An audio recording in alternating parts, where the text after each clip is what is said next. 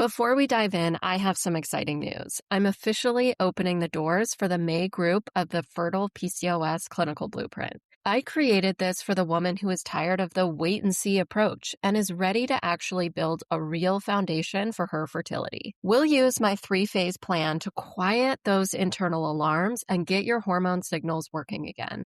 This exact process has a 70% success rate for pregnancy. Because I personally oversee every single case in this group, I only take a few women at a time. If you're ready to stop the guesswork and start building your foundation this May, head over to drangelapotter.com/blueprint and submit your application today. I'm looking forward to reviewing your case. Now let's get into the show.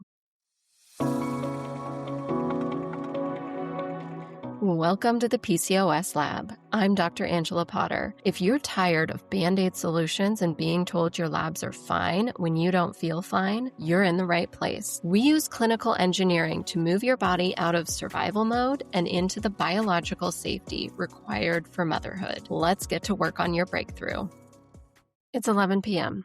You're 3 pages deep into a Google search, or maybe you're scrolling through a Reddit thread trying to figure out if metformin or inositol is the best thing that will finally bring you a baby. But I'm here to give you the clinical truth that the Google search is not going to tell you. Neither of them are going to work if your underlying cellular environment is ignored. If you're just swapping one pill for another without a strategy based on your specific labs and your specific physiology, you aren't repairing your fertility. You're just guessing with your time, your money, and your heart.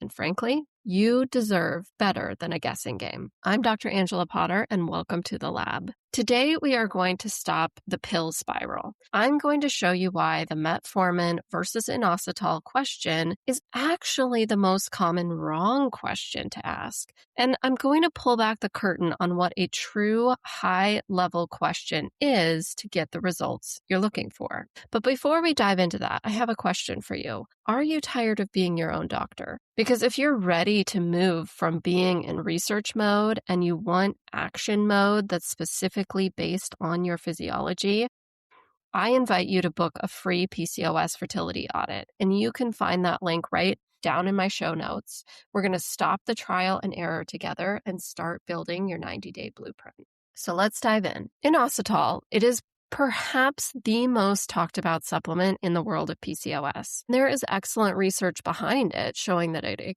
can improve insulin, reduce testosterone, and support ovulation. So I'm guessing you've heard about it and you may even have tried it. But here's the reality. It's not the golden ticket. It doesn't work 100% of the time to bring a baby into someone's family. If it were the golden ticket, everyone taking it would be pregnant by now, right? And since they aren't, there's a missing link there. Let's dive into the science a little bit. Think of it this way. Inositol, it works by improving insulin signaling. It's like a messenger telling your cells how to take the sugar from your blood and then turn it into energy. So then when looking at your eggs, for an egg to grow and mature and eventually ovulate, it needs a massive amount of energy.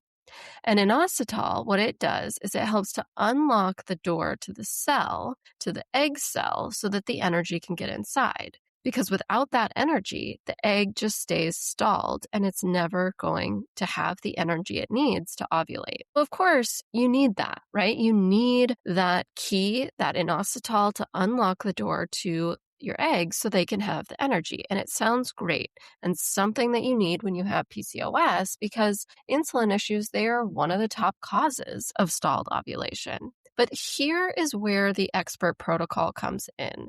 What if your body can't hear the inositol messenger? And this is the reality that I see every day. Inositol, it's not a root cause fixer. I hear this all the time when women are talking with me at their PCOS fertility audit. They'll say, "Doc, I've tried everything. I've taken the inositol, vitamin D, the CoQ10. I have a cabinet full of bottles and I'm still not pregnant." And when I'm looking at their cases through my clinical eyes, I see exactly what's happening. They are piling up tools without a plan to make those tools actually work. They are piling up these tools without a backbone of which tools are actually going to be the ones they need to fix the foundation. And everything they're taking, usually it's very good for PCOS. You can find research that benefits PCOS from every single bottle that's in their cabinet. But everything they're taking is just supporting the body on a surface level. It's like they're painting the walls of a house when the foundation is cracking. It's going to look better for a moment, but it's not addressing the actual reason why ovulation has stopped. You have to find the why before the what will ever work.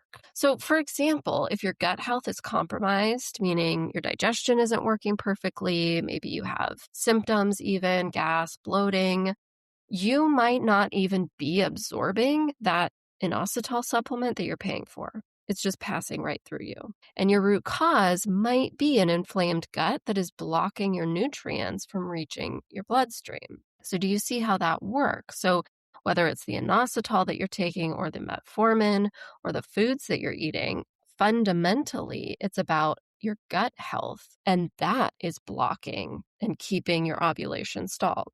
Or perhaps your root cause is chronic inflammation or adrenal stress. That inositol, it's not going to address inflammation or cortisol levels, adrenal. Here's another thing. If your vitamin D levels are bottomed out, your receptors on the cells, which are kind of like the ears of your cells, they're essentially turned off. So your body isn't going to hear the signal that inositol is trying to send. It's like trying to call someone on a phone that has the ringer turned off.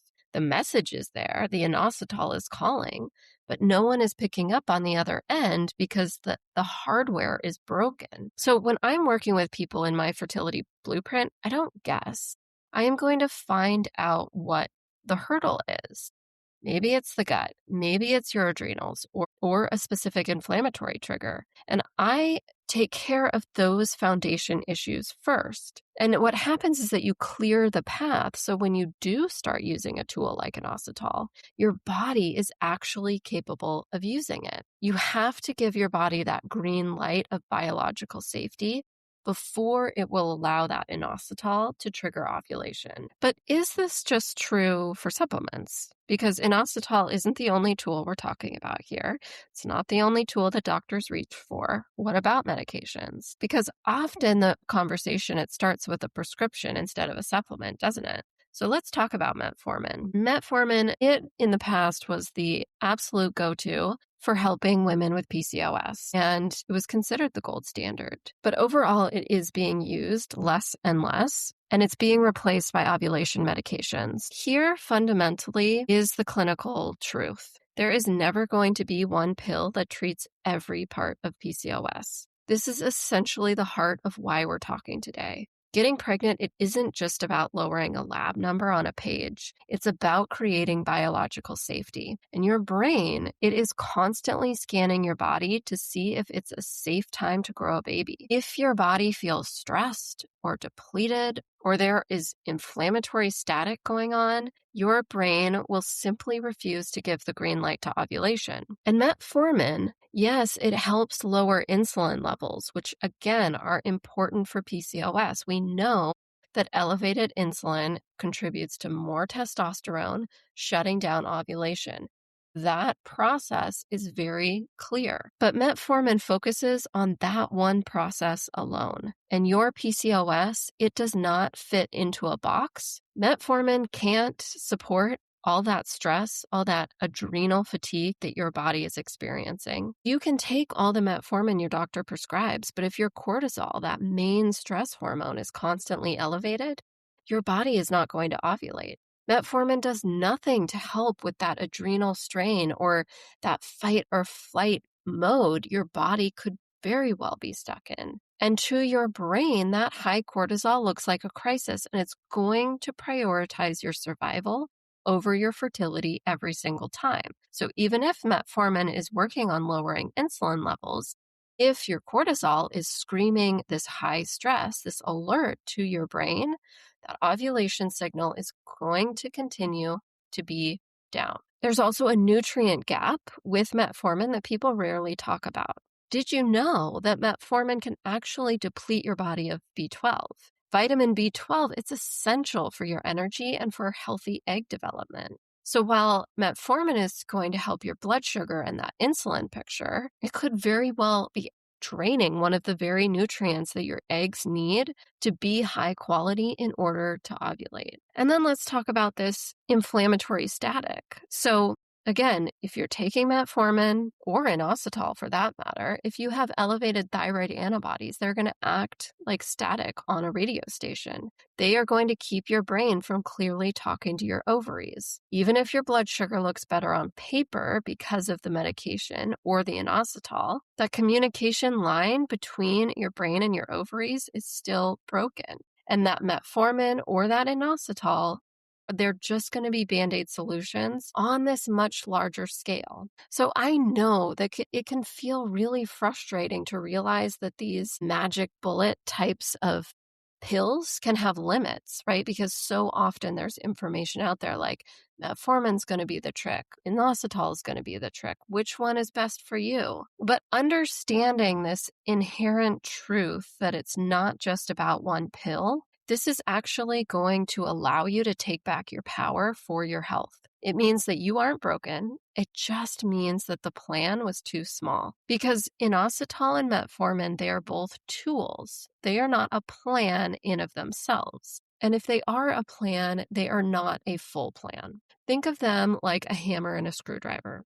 They're incredibly helpful. They're fundamental. But they aren't the blueprint for the entire house. And you can't build a home just by swinging a hammer at a pile of wood. You need to know where the foundation goes first. And you're going to need some extra tools as well. PCOS, it's a syndrome. So by definition, that means it's this collection of symptoms affecting multiple areas of your health. Your gut, your adrenals, your thyroid, your metabolism.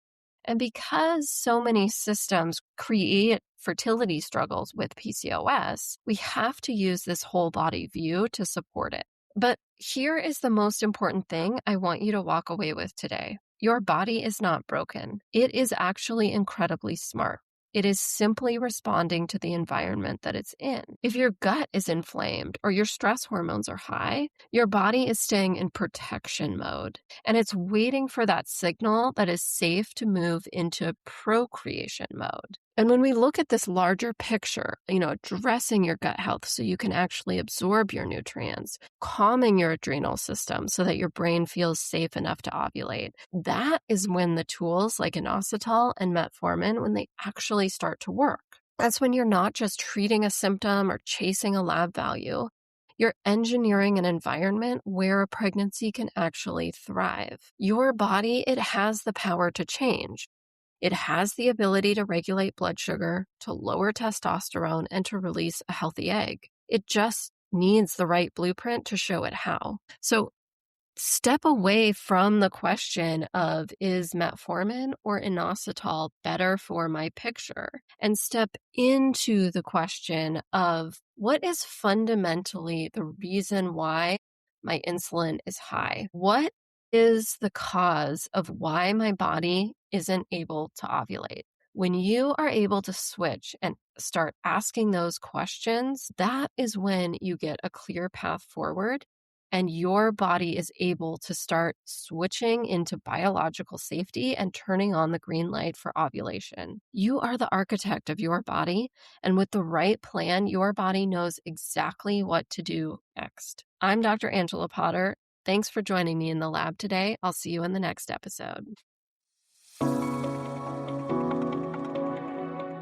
Thank you for spending this time with me today. If today's episode resonated with you, it's likely because you're tired of guessing and ready for a blueprint. Remember, your body isn't failing you. It's just waiting for the right signals. My mission is to help you send those signals through clinical engineering so you can move from survival to safety and finally to motherhood. To start sending those signals today, head over to drangelapotter.com/start. There you can take the Why Am I Not Ovulating discovery quiz. In just 2 minutes, you'll identify which metabolic alarms are keeping your fertility emergency brakes on. And if you're ready to stop researching and start your breakthrough, you can also book your PCOS fertility audit on that same page. This is a private 30-minute clinical deep dive with me to determine if the blueprint is the right roadmap for your fertility journey. I'm Dr. Angela Potter. Your body is capable, your health is manageable, and your future is waiting. I'll see you in the next episode.